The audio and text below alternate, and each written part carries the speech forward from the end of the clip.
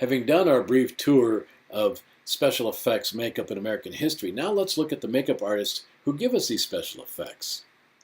Let's start with the progenitor of American special effects in the movies, and that's Jack Pierce, who was a makeup artist in the 20s, 30s, and 40s of the last century. Here he is with a young Boris Karloff getting ready to do makeup for a movie directed by James Whale based on Mary Shelley's Frankenstein. And having looked at Goya's early 19th century drawings, Los Chinchillas, Jack Pierce came up with the design that we all know famously as the Frankenstein makeup. Here he is working with Boris, and here he is in color putting on the final touches. What's interesting here is as he puts on the eyelids and the steel bar and everything that makes up Frankenstein the iconic image, he is competing with Da Vinci as the most recognizable face on the planet. They did a poll years ago where they asked people around the globe what the most recognizable face was, and the most recognizable face, hands down, was not Mona Lisa, not Da Vinci's Mona Lisa, but Jack Pierce's Frankenstein. Here's Jack Pierce working on Wolfman, 1941, Lon Chaney Jr. And, of course, Jack Pierce came up with The Bride of Frankenstein, this wonderful trio of shots of the makeup he did there. Jack Pierce is the inspiration of all those makeup artists that came afterwards who came up with iconic images like Yoda, for instance. Without Jack Pierce, we wouldn't have had people followed in his footsteps. The person who inherits the mantle of Jack Pierce in our days, a man named Rick Baker, and this is his daughter, showing that to be in Rick Baker's family, you have to love special effects makeup. Here's Rick Baker doing some special effects makeup and using as an inspiration in the background the Bride of Frankenstein. And look at the eyebrows he's dealing with in this woman, just like the Bride of Frankenstein's eyebrows that Jack Pierce did, which are very much like Greta Garbo's eyebrows, Marlene Dietrich's eyebrows, Jean Harlow's eyebrows out of the 30s. So taking 30s makeup, incorporating it into a generational evolution of monsters is interesting. Here, Rick Baker is known for his Planet of the Apes makeup by taking very human-like features and emotions on ape faces, showing that evolutionary one click away from being human that makes those movies so magical. Here he is working with a prop master on set, and here he is working with Benicio del Toro on his Wolfman movie, which was an homage to Jack Pierce, and he here is applying the unguent that goes underneath the skull cap and the mask so that this latex doesn't adhere to the skin, because you do not want your star to end up suing the movies for ripping off his face. Here we can see just the stages of putting on the mask, the skull cap, with his assistant here. And finally, when you get towards the end, you're almost sculpting here as you're getting the creases and the color tones and the contrast. After you've applied your latex, you have to color it, and then you have to leave breathing room for the mouth and room for the eyes. It has to be fit very snugly to be believable, and you putting the ears on everything piece by piece, so that at the end you have your Wolfman here in this very clean trailer. Notice how clean his makeup trailer is on set. Rick Baker, he obviously is very concerned about hygiene.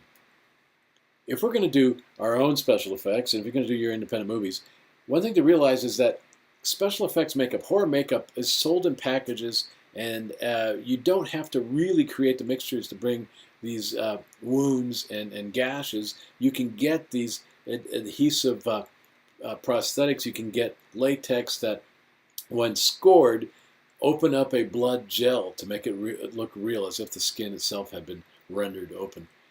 Here we have Victoria Dawn doing, she's advertising a prostate transfer. It's basically a strip that you put on your face where you can build it up into a scar, and then you can color it. These things all come in kits. Here, this woman, Tina Tioli, she is considered another master of horror like Rick Baker. She gets on set and starts working. Her assistant here, I want you to notice her assistant on her wrist, the gauntlet of palette colors that she can just add on top of her hand here. Everything's right there so that she can quickly make up the person on set. And you can see Tioli is a master artist in her own right here. The marbleized face, the red eyes, the blood, all well done in the set of Smallville. And even when she's doing background characters in the cast of Hope Island, she's making those faces smudged, dirty, grimy.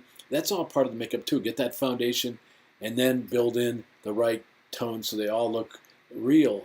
And you can contrast the pirate here, wonderful props on the pirate, with, of course, the female lead, who is also, her face has a different kind of makeup with the reflecting the red hair.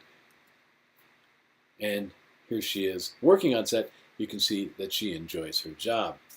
One of the things you do, if you are a makeup artist, you have to be also in charge of doing the tattoos or covering them up. It's all part of the job. Here we have a strip of pictures that she's got from her work on Freddy versus Jason.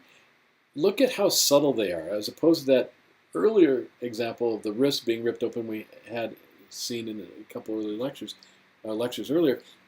Look how subtle these are, how much more real they are. Because she hasn't grotesquely overdone them, made them really garish, they actually look more real, more frightening, more like something you'd see on a corkboard in a police office of the victims. Here's a good example of using a bald cap over someone's hair. So you put that bald cap on, you can see the hair just disappears. So you can see how you can work. You don't have to shave someone bald to make these things work. You can actually have all this material on hand. And here we have a makeup artist named Ve Neill. Ve Neill is has her Academy Award.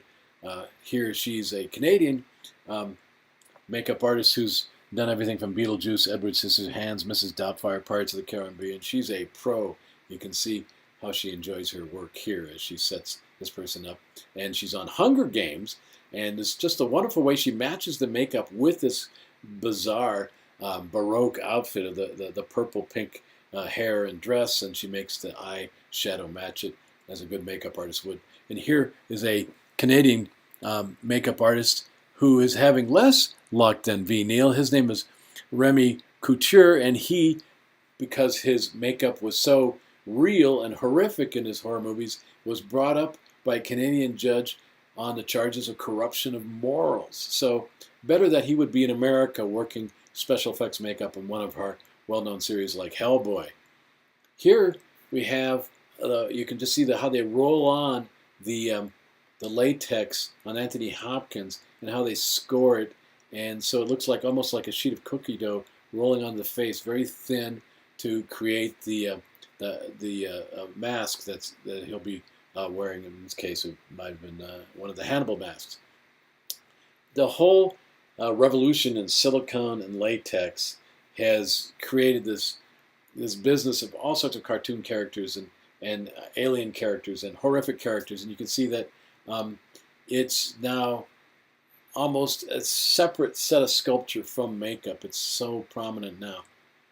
After you do your silicone and your prosthetic latex, you have to airbrush it to get that general painting of the whatever color effect you have. And so airbrushing has become a big part of makeup now. It's no longer just the brushes and the pencils. You got the airbrush, masses of zombies, all sorts of people coming back from the dead. You're basically sculpting people as if they were marble. But one of the great things about sculpting people like this is that you make them more lifelike. It's better than CGI and animation. To be able to create this woodland creature and have those eyes be real is priceless. However, if you want to give the award for someone who's really a makeup artist, then stick with makeup here. This isn't sculpting anymore. This is true makeup, I think. But if you want some working makeup artists, look on the set of Dexter here, where we have, we not only have to concern ourselves with Dexter himself and the people he meets, we have to make it look cool and real, as if these people were foreshadowing bad things with that purple light and everything. But it's the latex and silicone makeup that we have here, the silicone body with the victims, that puts Dexter apart as a true sculpted TV series. If you got the bad guy or the troubled man, as a hero in one of these Cable's TV series like we do with Walter White in Breaking Bad and then Dexter here, makeup's going to be big. Here we have on the set in Albuquerque our own special effects makeup during the series, and we have Walter White in his transformation. So you take Bryan Cranston, the youthful Bryan Cranston, and you have to give him that look of somebody who's suffered his cancer, and he's got his evil transformation. Just the subtle transformation of like youth to age is what separates the pros from the amateurs when it comes to makeup and makes for a very successful TV series.